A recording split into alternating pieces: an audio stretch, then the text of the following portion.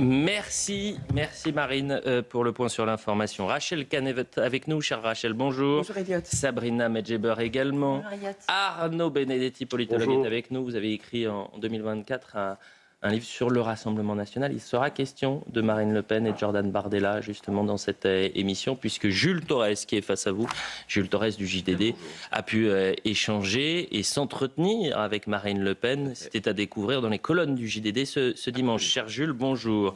Mathieu Devez est avec nous, journaliste du service police-justice de CNews.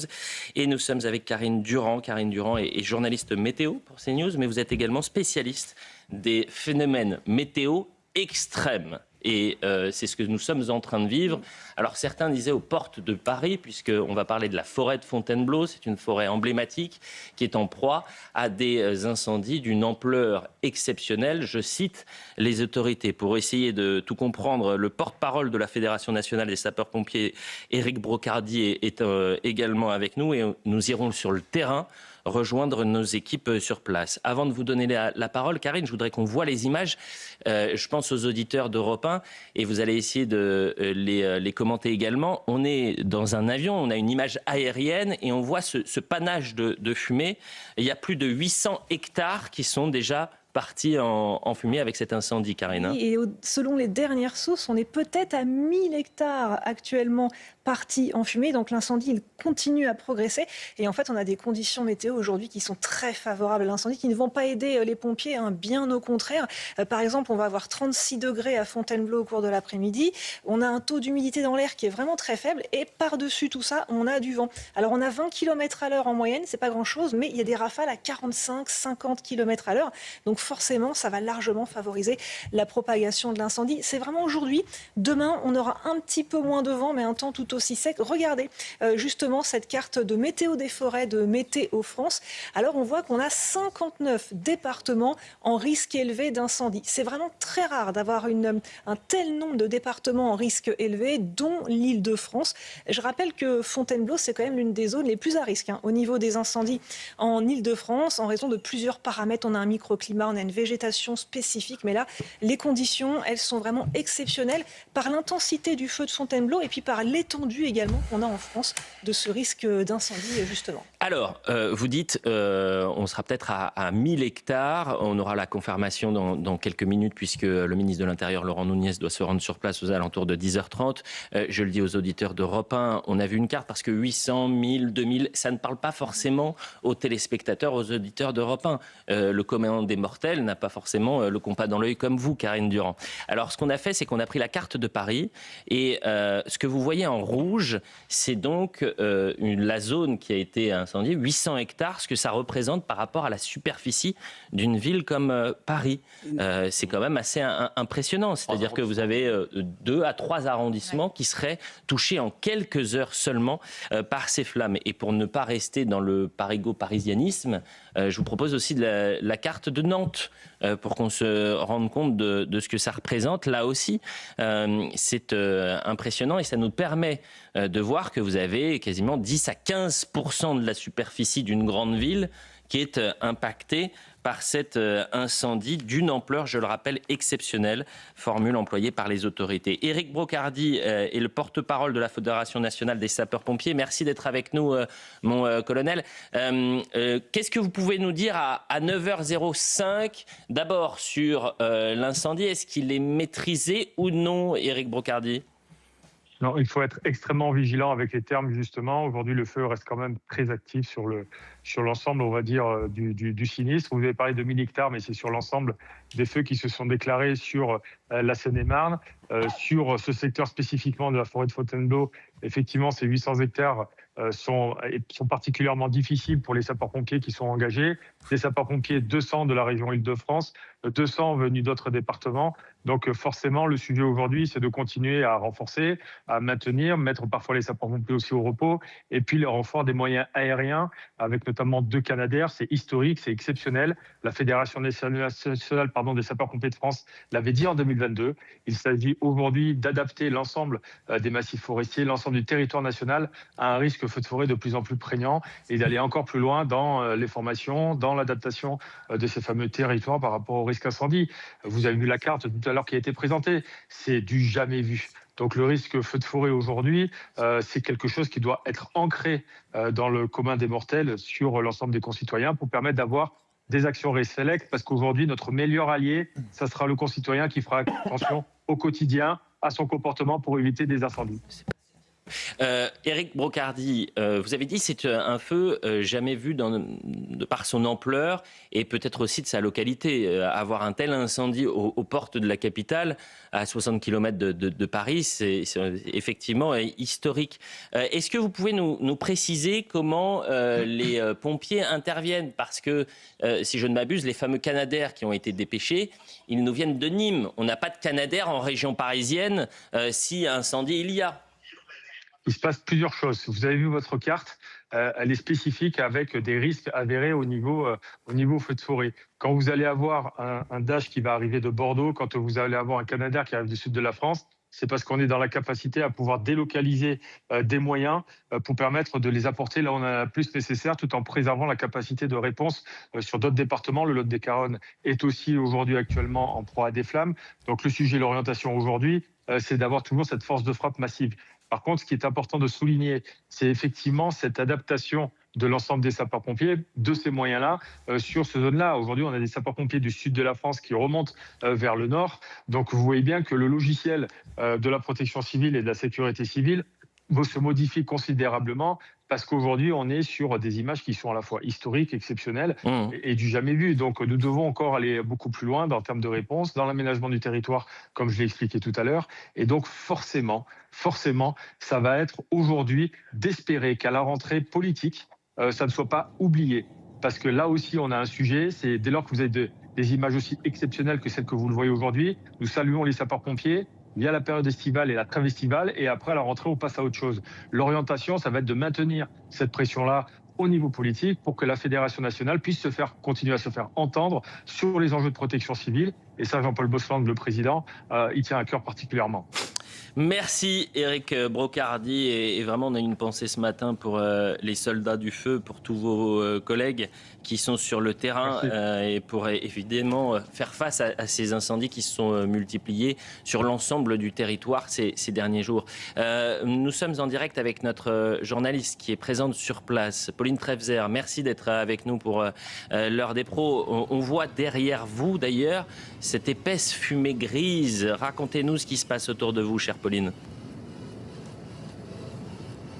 Oui, écoutez, alors c'est une situation exceptionnelle ici, Elliot. Il y a une épaisse fumée grise, l'odeur du brûlé. Car vous allez voir sur les images de Charles Baget, toutes ces terres ont brûlé hier soir. Et à ça, seulement quelques mètres des premières habitations de cette commune de Noisy-sur-École. Vous voyez ces flammes qui auraient pu emporter ces maisons, le clocher du village. Donc c'est une situation inédite qui était extrêmement dangereuse et qui est loin d'être maîtrisée, car vous allez voir, il y a encore des sapeurs-pompiers sur place, puisque juste derrière, un nouveau départ d'incendie vient de se déclarer. Une situation qui est donc extrêmement compliquée pour ces sapeurs-pompiers avec qui nous avons pu échanger. Un travail qui est compliqué avec ce vent qui est assez fort, comme vous le voyez. Donc une situation inédite et des images aussi exceptionnelles. À seulement une soixantaine de kilomètres de Paris, on a vu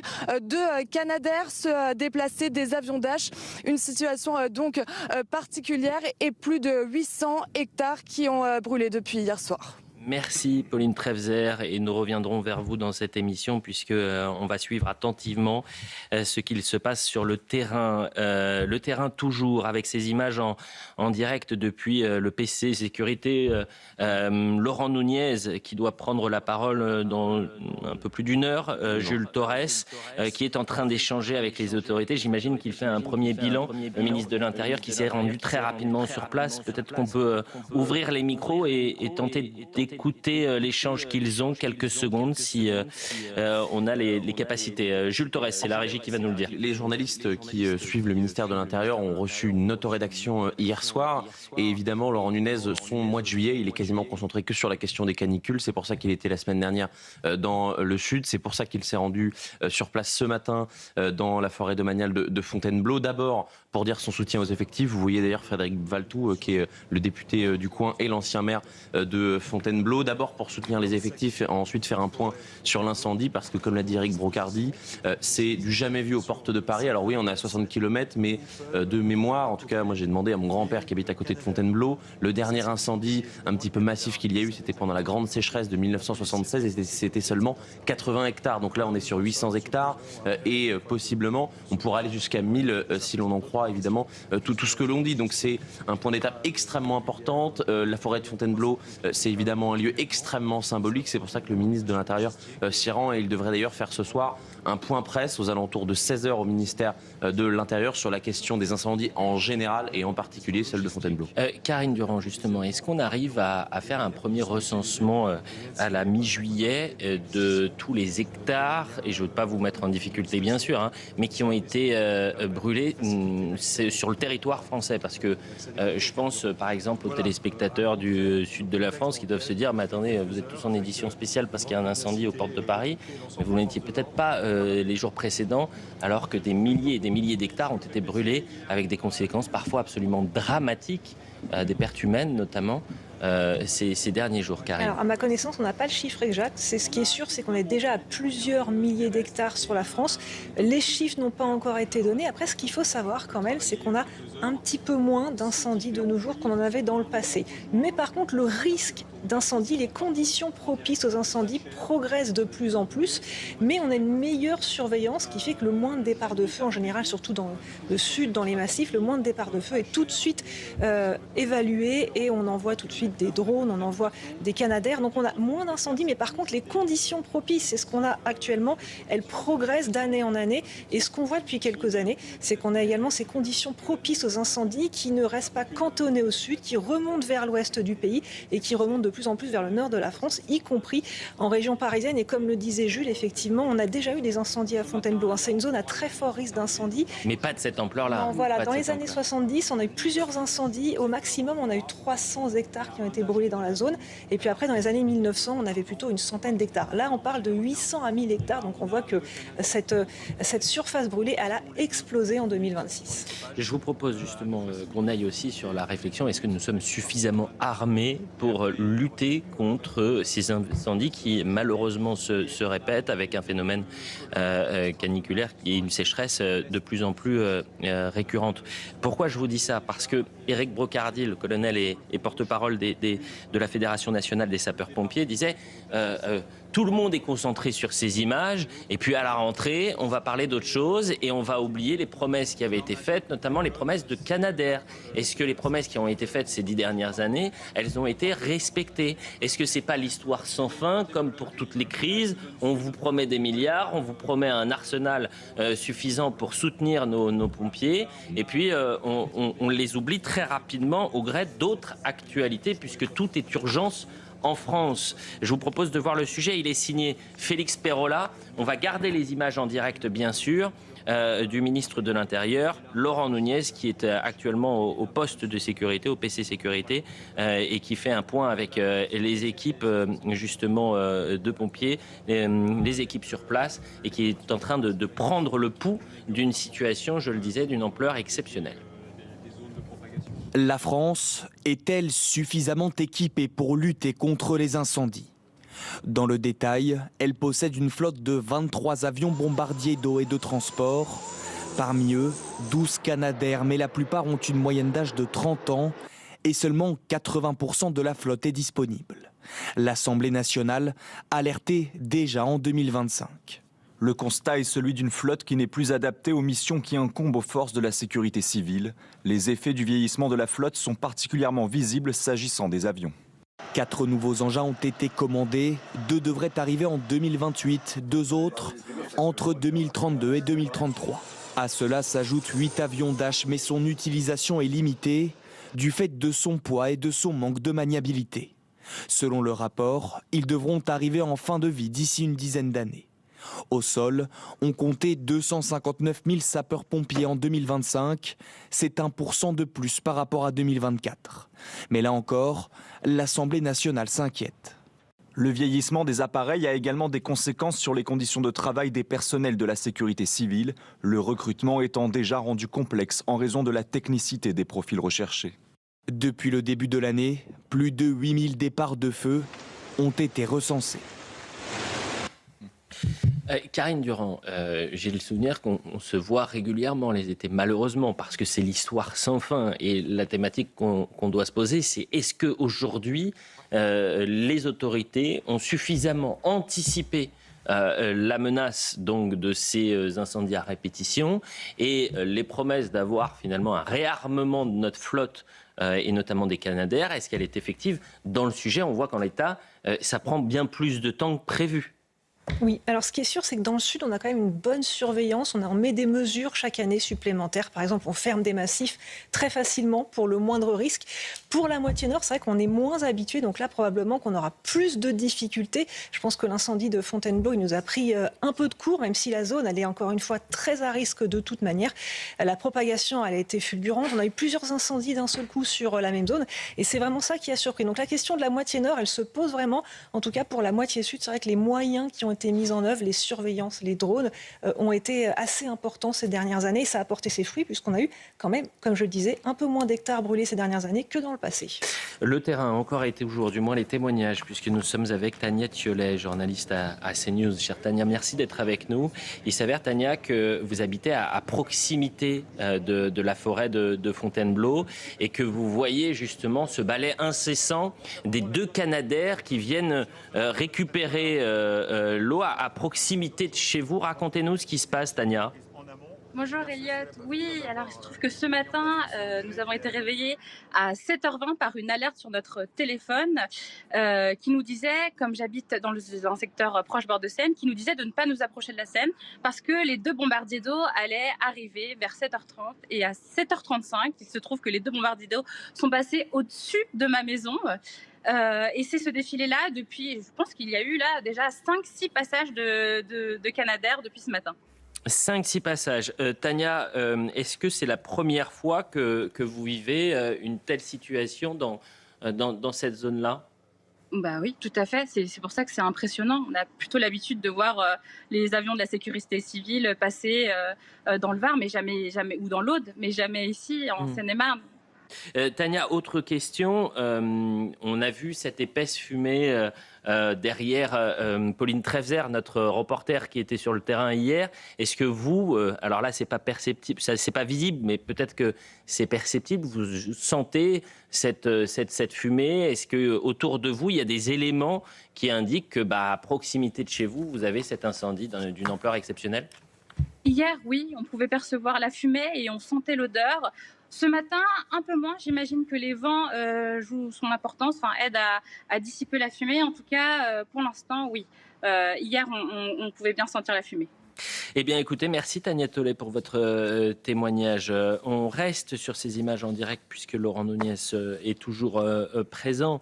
Alors, c'est facile autour d'un plateau de débattre en disant mais s'il y a une impréparation, etc. On n'est pas sur le terrain et la seule pensée qu'on peut avoir, c'est pour nos pompiers qui font ce qu'ils peuvent, comme nos soignants, ils font ce qu'ils peuvent. À chaque fois, c'est la même situation. C'est-à-dire qu'on se demande si l'argent public a été suffisamment bien investi pour permettre et armer ceux qui, par dévotion, luttent pour nous protéger, Sabrina Medjeber.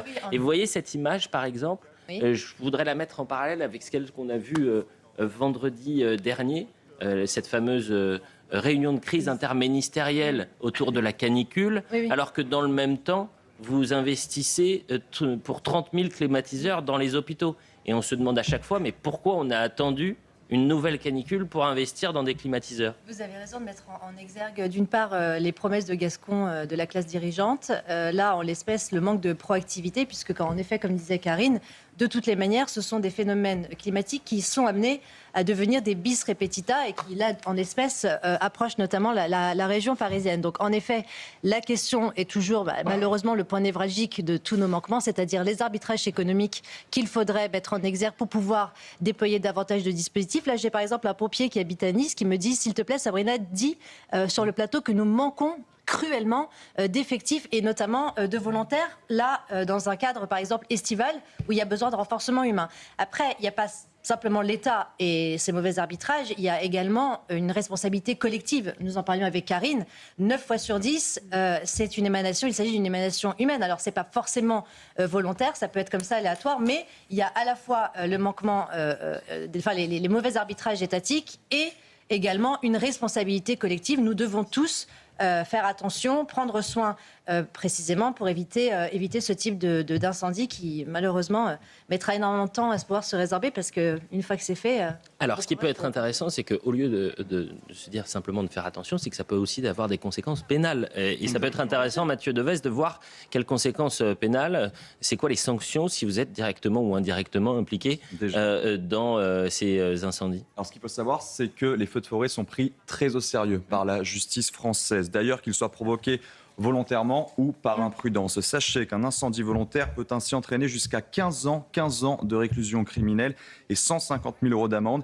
Et même lorsqu'il est involontaire, c'est-à-dire un feu de forêt qui peut conduire à de lourdes sanctions, là on est à 10 ans d'emprisonnement avec une amende pouvant aller de 30 000 à 150 000 €. Ça, bien sûr, c'est en fonction des dégâts qui sont causés. Sachez que 32 personnes, ça c'est le ministre de l'Intérieur Laurent Nunez qui l'a dit, 32 personnes soupçonnées d'être à l'origine des départs de feu ont été interpellées depuis le début de l'année et cela dans 22 départements. Depuis le début de l'année, on a 32 personnes. J'espère que les condamnations et la justice frappent de la manière la plus ferme possible.